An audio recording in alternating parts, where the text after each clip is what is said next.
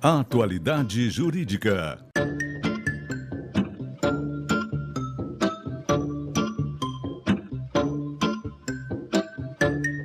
Com Odilon Garcia Júnior e Ivone Garcia.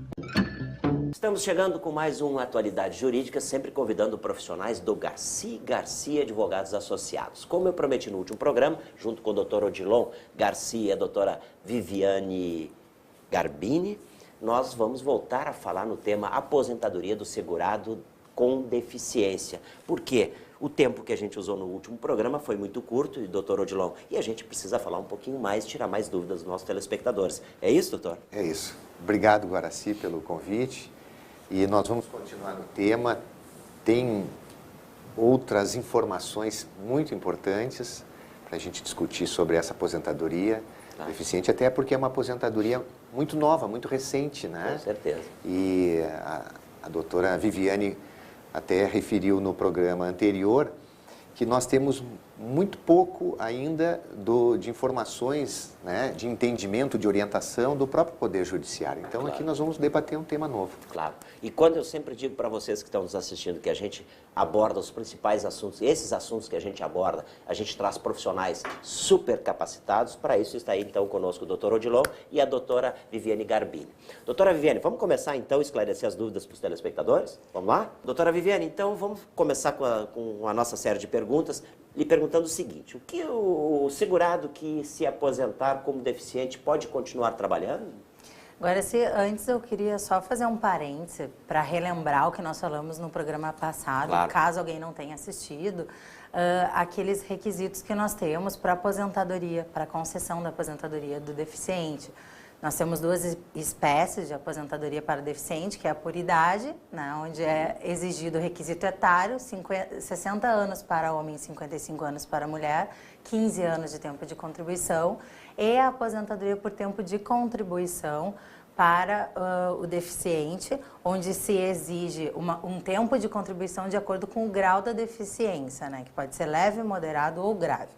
Quanto à sua pergunta, né, referente à possibilidade de continuar trabalhando, diferentemente da aposentadoria por invalidez, na aposentadoria de deficiente é possível sim que o segurado permaneça exercendo as suas atividades laborais sem qualquer privação.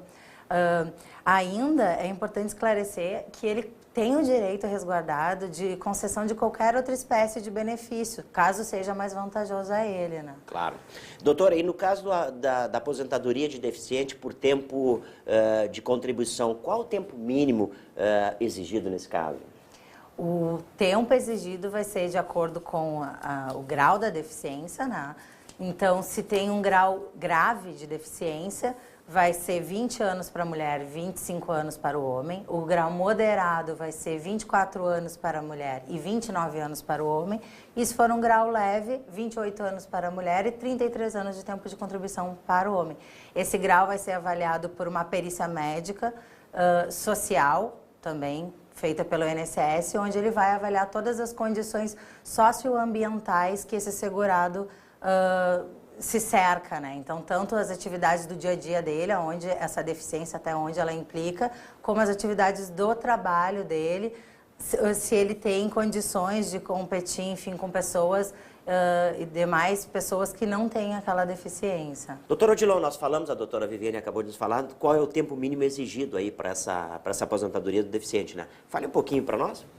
Isso é bem importante, Guaraci, porque diferente da aposentadoria por invalidez, que não tem um tempo mínimo, né? A aposentadoria do deficiente, dependendo dessa gradação, que a doutora Viviane colocou aqui, de leve, moderado, mais grave, e esse eu acho que é um dos focos que pode ter de interpretação, né, de um deficiente, né? Como é que nós vamos graduar isso? Leve, moderado, mais grave, né? Isso pode ser um objeto de discussão. A aposentadoria por invalidez não tem esse tempo, é uma diferença, e a aposentadoria do deficiente tem um tempo mínimo, que depende dessa graduação, que foi colocado aqui muito bem, que uma junta médica, uma assistente social ou psiquiatras, psicólogos vão definir essa gradação. Isso é muito importante. Doutora, e no caso daquelas pessoas que nem sempre tiveram deficiência, como é que fica?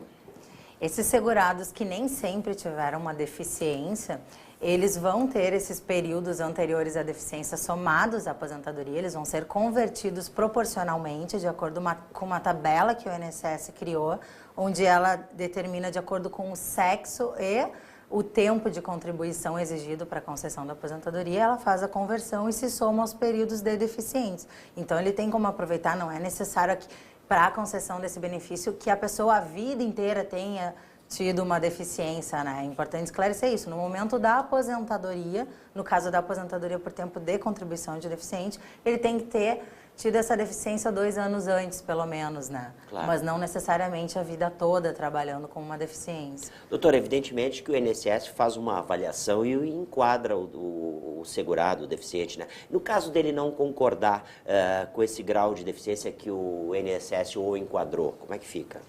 Então, essa é uma questão que vai ter que ser discutida judicialmente, porque justamente pela subjetividade da avaliação, dos critérios de enquadramento do INSS, é que com certeza, agora sim, nós vamos ter muita discussão, principalmente no judiciário quanto a isso.